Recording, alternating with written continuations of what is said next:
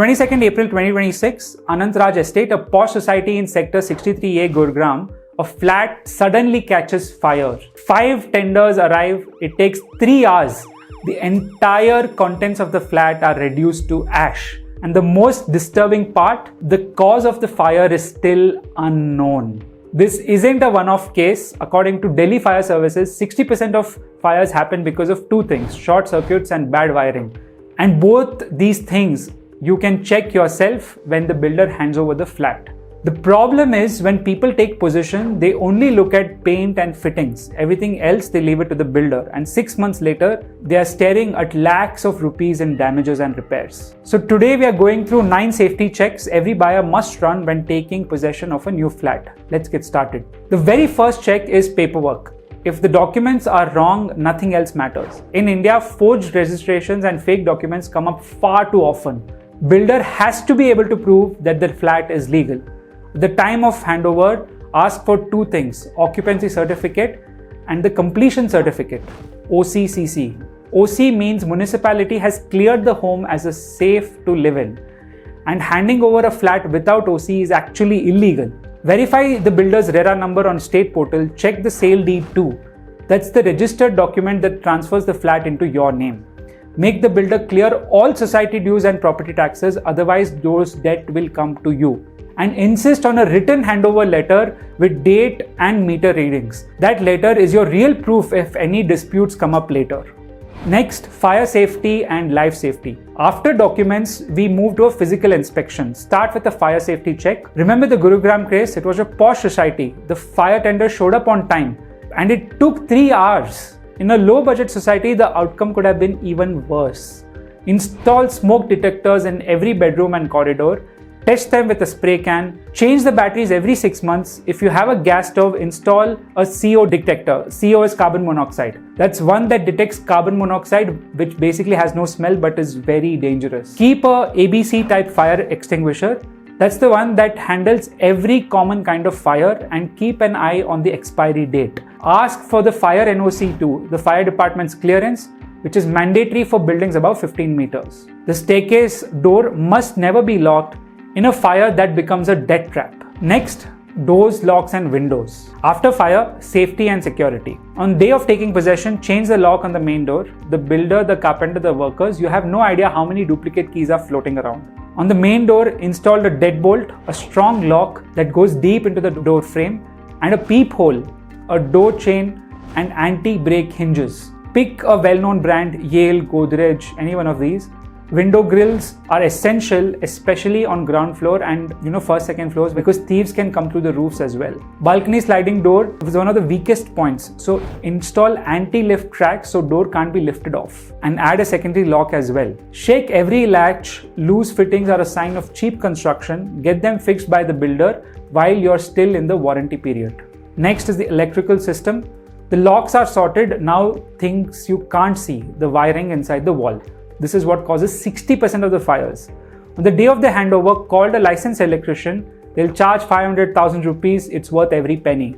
The first thing to check is the distribution board, which is the home's main electrical panel. It will have an MCB, but you have to confirm whether it has an RCCB as well. The RCCB is a lifesaver. It cuts power the moment current leaks, and it also protects against both fire and electric shocks. Builders may skip this, so specifically ask for it. Ask for an earthing test as well.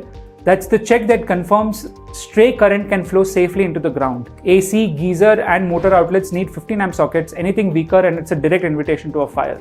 Get an opinion from both the builder's electrician and your own. The builder's man will quietly ignore plenty of issues, so be careful.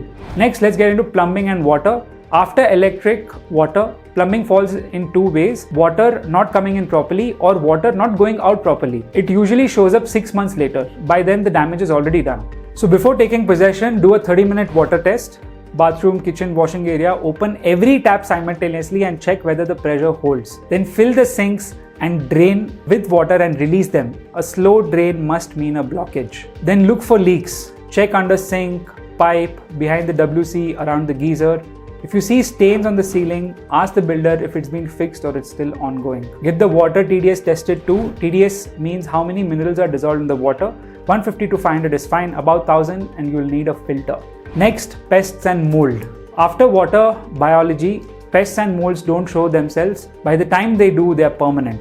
So work that costs 2,000 to 4,000 before you move in becomes 1 lakh plus once the furniture is in. So before any furniture comes in, do a full inspection. Look at the door frames, window frames, kitchen cabinets for termite, mud, tubes, hollow wood. Tap, listen. Cockroach droppings show up as small black dots under the sink. Mold show up on the bathroom ceiling, damp corners, etc. Then get pest control done by a professional. They'll give you 3 to 6 months warranty. If you're on the top floor, get the terrace waterproofing done as well before monsoon hits. We actually have done a video with a very professional pest control company. You can check them out. I'll try to link that video in the description. It's called Hygienic Pest Control. They're based in Bangalore. Next is natural light and lighting. This one is hassle-free, but don't skip it. Small things silently affect daily life. For natural light, visit the flat at 3 different times of day: morning, evening, afternoon. Which room stays dark, which direction the balconies are facing. This affects both your mood and your electricity bill. Then check the indoor lighting. Press every switch, put a bulb in every holder and test it.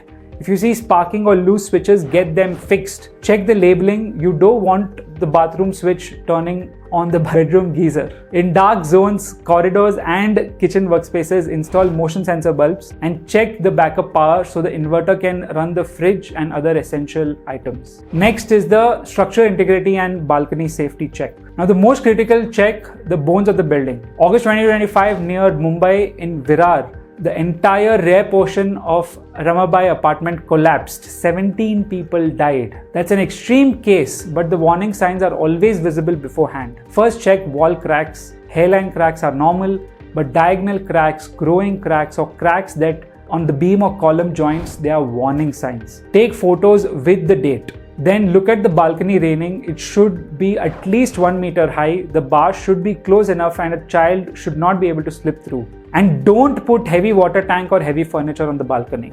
If any cracks look serious, hire a structural consultant. That's an expert who specifically inspects engineering of the building. Structural issues are a risk to life. The last check, the world outside your door, building security and neighborhood. In a lot of societies, there's a silent problem. Security agency isn't a certified agency, meaning there's no government registration or verification. During the festive season, when families travel back home, those societies become the easiest targets. Check your CCTV coverage, whether it has main gate, lobby, parking, all these things, and confirm the security agency is a PSARA licensee too. Test the intercom, look at the visitor register, check the power backup, walk the neighborhood one evening. How far is the police station? How far is the hospital? And introduce yourself to your neighbors. They are the ones who will matter in an emergency. Now, I'm sure you must be feeling this is quite comprehensive. There are inspection companies you can hire. One we have done some videos with is Nemadi. Check them out as well. But my point is, do it yourself, do it through an agency, do it through an app, whatever it is, just do it. Because this is gonna be your dream home. You wanna make sure it's good. So there you have it. Tell me in your comments what stories like this you have heard where possession has become a big problem.